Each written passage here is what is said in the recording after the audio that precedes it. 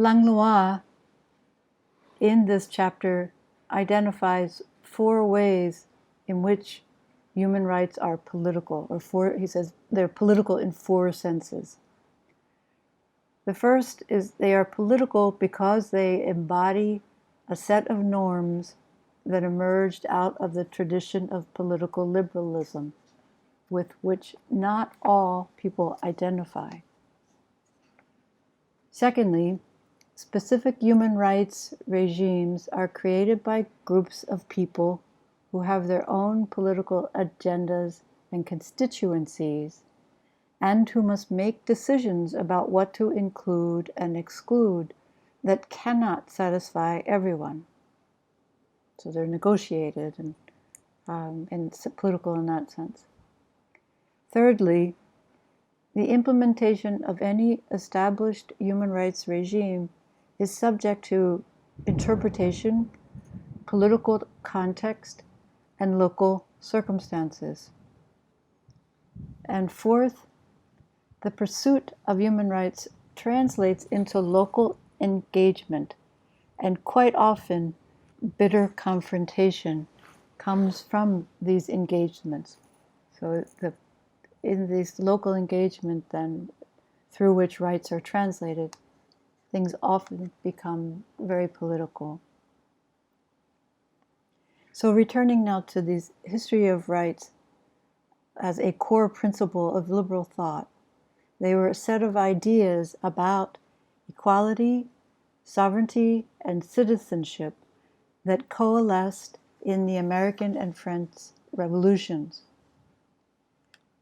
Human rights emerged out of the political history of the West, and in particular, out of liberal political theory. The rights described in the declarations issued in late 18th century democratic revolutions are moral ideas known as natural rights, derived from the natural law, which in Christian civilization had to do with the moral character of humans that was given to them by God in His creation. This is very clear, for example, when one reads the works of writers such as John Locke, who lived in the 17th century, and who laid the foundation for much of the subsequent elaboration of rights through liberal ideas. Liberals such as Jeremy Bentham, as well as conservatives like Edmund Burke and socialists like Karl Marx, rejected the idea that rights were natural, however. So not all liberals are cut from the same cloth, to be aware of this. So the notion of a state of nature, which was proposed by English political philosophers such as Thomas Hobbes and John Locke, rested upon this concept of natural rights. But this philosophy and this idea of a state of nature became discredited by the end of the 18th century. The reason and the capacity of man to reason came to replace the Word of God as the highest authority.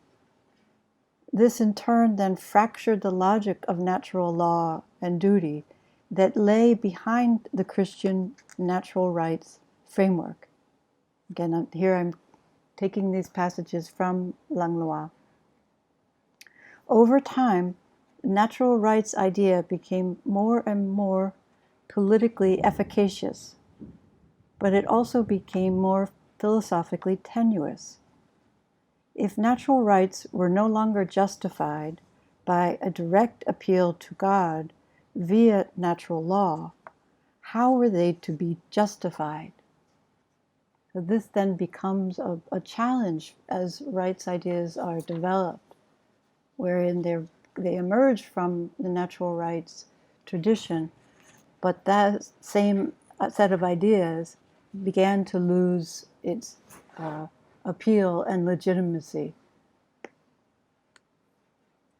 Continuing with insights from the chapter by Langlois, he says the great irony of the rights revolution is that just when the language of natural rights became so efficacious in dealing with social and political issues, the main currents of political and philosophical thought became ambivalent about the idea.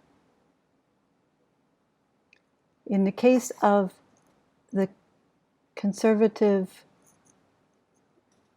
philosopher Edmund Burke, his denunciation of natural rights concerned the basis on which people were thought to have rights.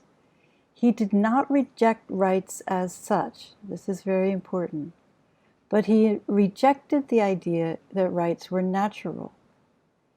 He did not believe that rights existed as a point outside society by which government could be judged.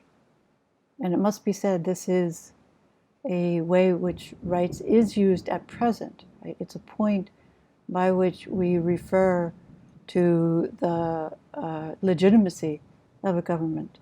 That is, idea that an idea of good and right exists separate from the laws of a society. In Burke's view, such abstractions were wrong-headed.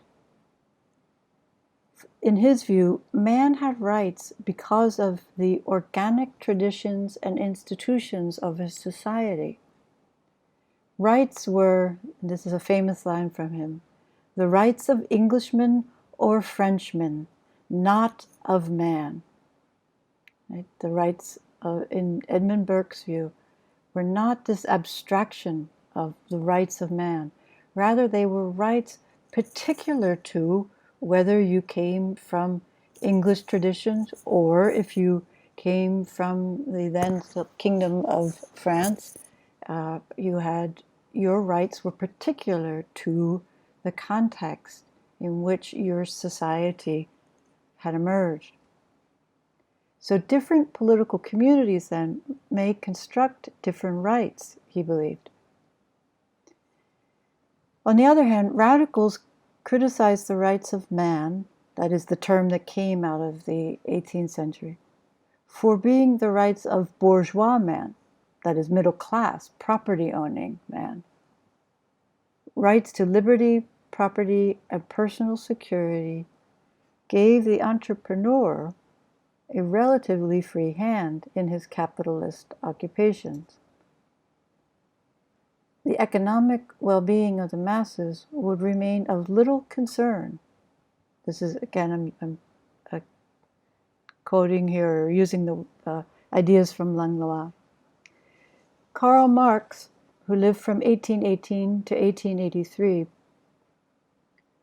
wished for the emancipation of the wage workers, or sometimes called the proletariat, which was to be achieved via revolution with the backing of rigorous science, that is, a scientific knowledge.